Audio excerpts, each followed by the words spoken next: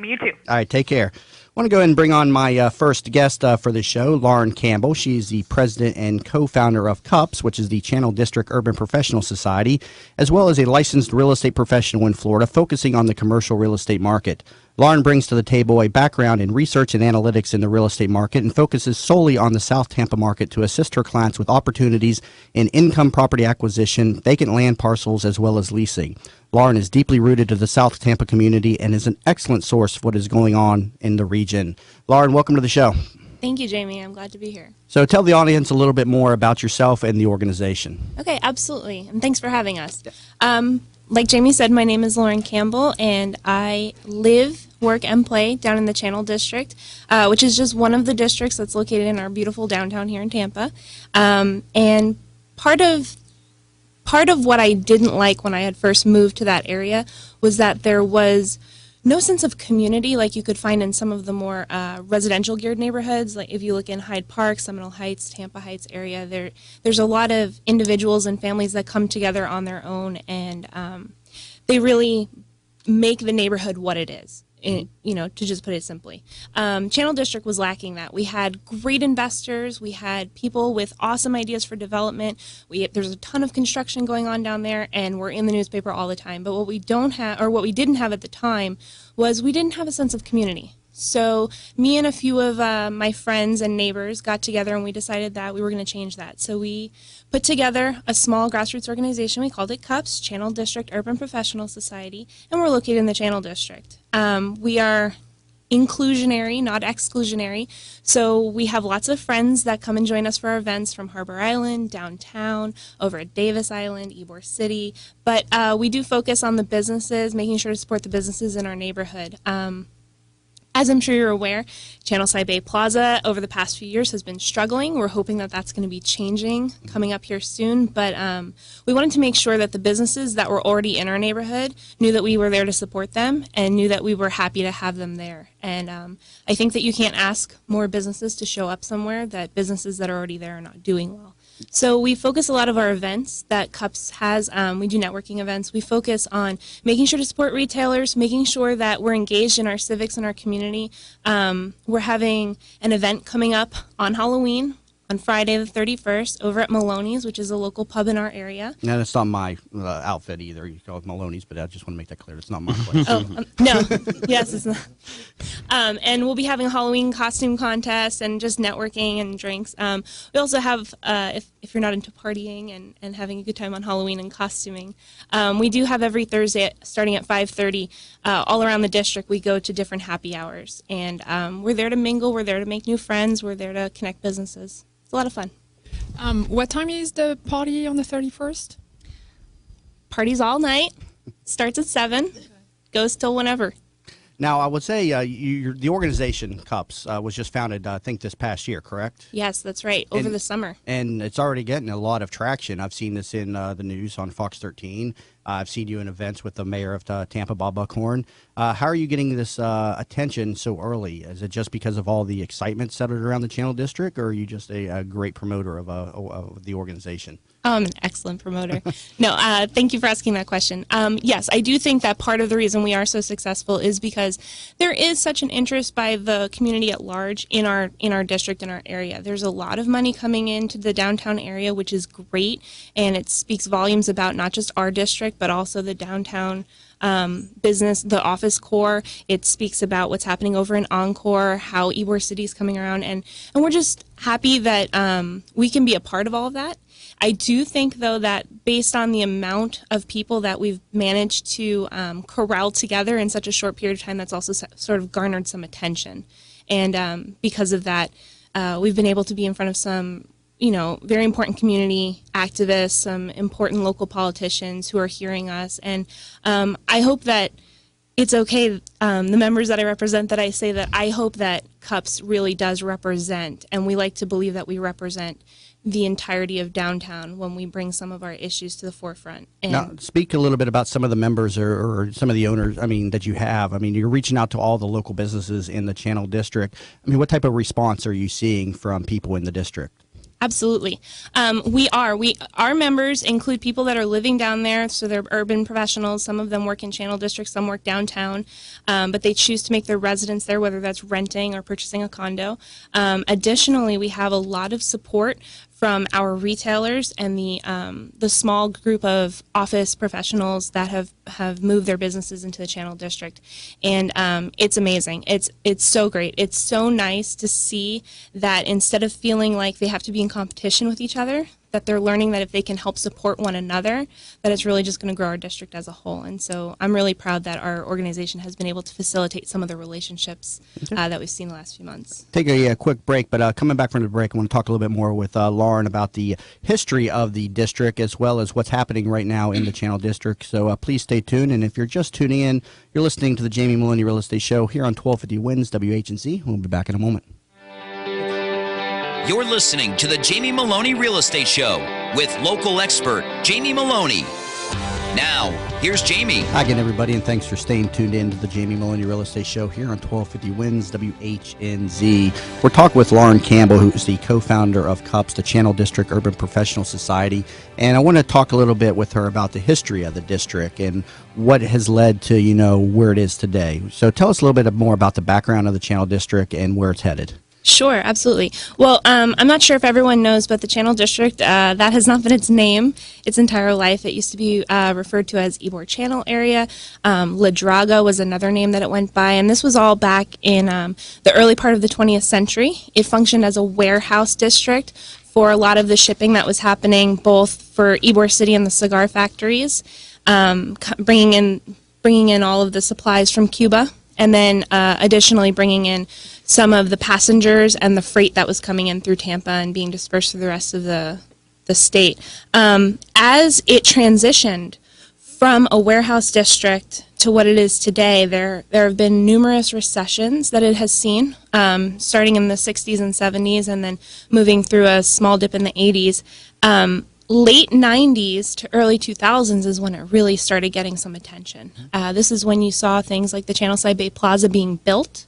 A few of the early residential developments were being put up, and there was a lot of talk about what the future of Channel District was going to look like, along with downtown. Unfortunately, we all are aware that there was a recession. This put a halt not just on the Channel District plans, but on plans around this whole country, right? So now everything's back on fire. You had all of these investors, excuse me, and developers who had cash sitting on the sidelines, and they're ready to spend it. So they're bringing it back in. They see that Tampa is a healthy market. It's got a strong economy. It's got a stable economy again, and they're ready to start putting shovels in the dirt. And so that's where we really got to this point in time. Yeah, it's a great area. I mean, you got water, on three sides of the district. You got the Amalie Arena there. You've got just beautiful downtown, but it's kind of lacking that play element. And hopefully with Jeff Vinnick's vision, which will be unveiled here in the hopefully in the coming months, we'll see a huge revitalization of the area. In addition, he's recently closed on the Waterside Marriott Hotel. He's donated land to the University of South Florida for a medical school. So there's a lot happening in the district, and you focus on commercial real estate. Are you seeing a fervor around real estate in the area right now, or what? Definitely. I'm watching prices go up and up and up. People have been holding their land for a while. They were able to buy at the bottom. Even pre-recession, they were buying in the early and mid-90s when basically the land was being given away in this area. They're coming on the market, and it's hot. Everyone wants a piece of Channel District. Everyone really wants to know what Vinnick is up to. But I'll tell you, for as awesome as it is what Vinnick and his group is doing and the amazing backing that they're getting, even from outside of our state, with people like Bill Gates, he's not the only one, which is great news. So everyone likes to focus on what Jeff Vinnick is doing, but the fact that he's not alone says so much about that area and the whole downtown. I think that moving forward between the Envision Plan, the mayor's push for another CRA, and the way that he's getting city council and also county commissioners to come together and agree on creating that riverfront district, that West Riverfront CRA, all of that coupled with Jeff Vinnick's plans and other developers, you're going to see Tampa turn into what's called an 18-hour city. For anybody who's not familiar with what an 18-hour city is, traditionally speaking, a downtown is a 9 to 5 place. You go home, you go back to the suburbs. An 18-hour city is a live-work-place city. We're missing the play. Right. It's coming.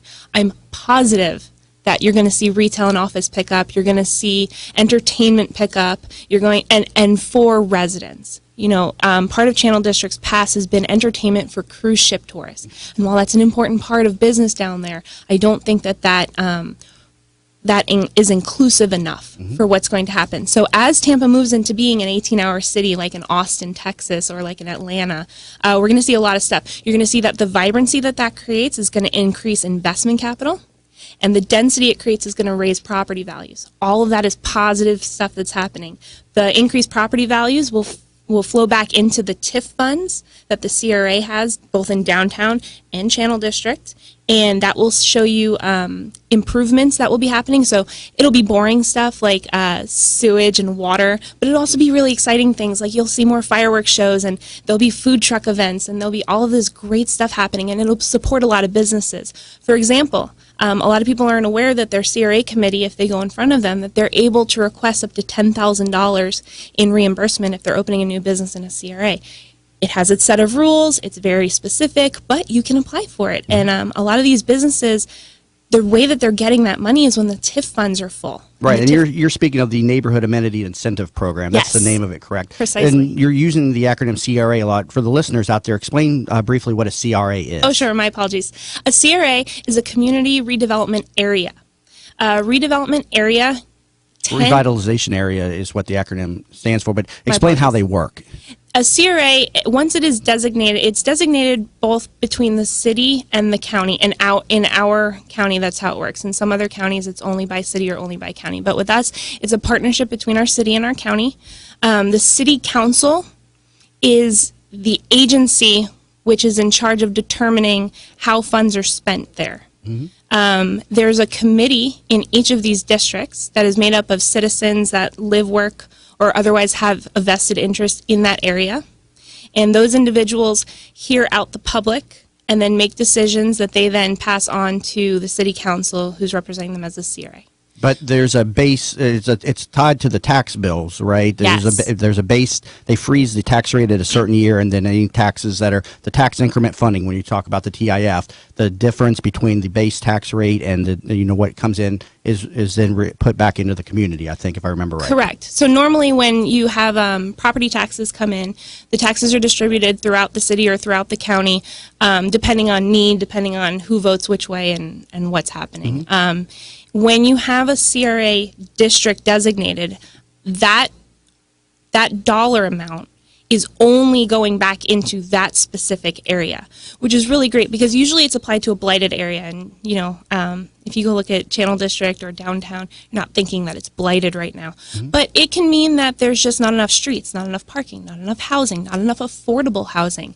It can mean that there's a lack of businesses. It can mean that there's a lack of economy happening there. And all of those were true for Channel District. And all of those were true for downtown. Yeah, some of the things that the CRAs recently put back into the community, a flood relief project, the Washington Street Park, and then what you alluded to earlier, the Neighborhood Amenity Incentive Program, which reimburses business owners up to $10,000 in permitting and regulatory fees. Correct? Correct. Yeah, and I think that the general point here for me is that the fact that Tampa and Hillsborough County in general has these CRAs and that they're able to put these TIF funds back into the communities is only going to help as we try to compete on a national level for jobs in the future. So we're seeing a trend right now, just to be quick, during the recession, many people went where the jobs were, right? There was a lack of jobs in neighborhoods, including in Tampa. Going into the future, what you're going to see is that the jobs are going to go where the people are. And for people, you need to have density, and for density, you need incentives. No.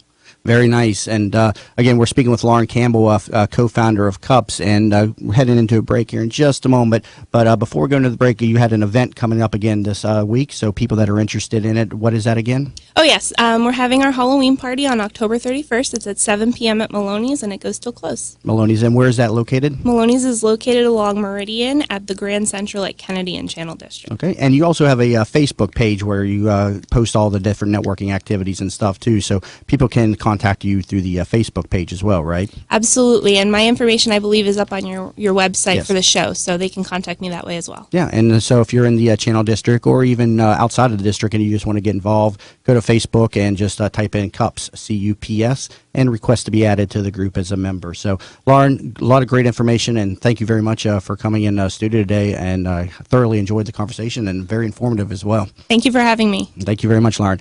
If you're just tuning in, you're listening here to the Jamie Meloni Real Estate Show here on 1250 Wins WHNZ. If you're finding my show on the air for the first time, I invite you to tune in every Mondays at noon as my show aims to become your information source for the Tampa Bay real estate market. Coming back from the break, we're going to be talking with the CDC, the Corporation to Develop Tampa Communities, and we'll be speaking with Home Ownership Center Manager Frank Cornier and fellow housing counselors Darius Carter and Belize Parks. So please stay tuned. And again, you're listening to the Jamie Meloni Real Estate Show here on 1250 Wins WHNZ.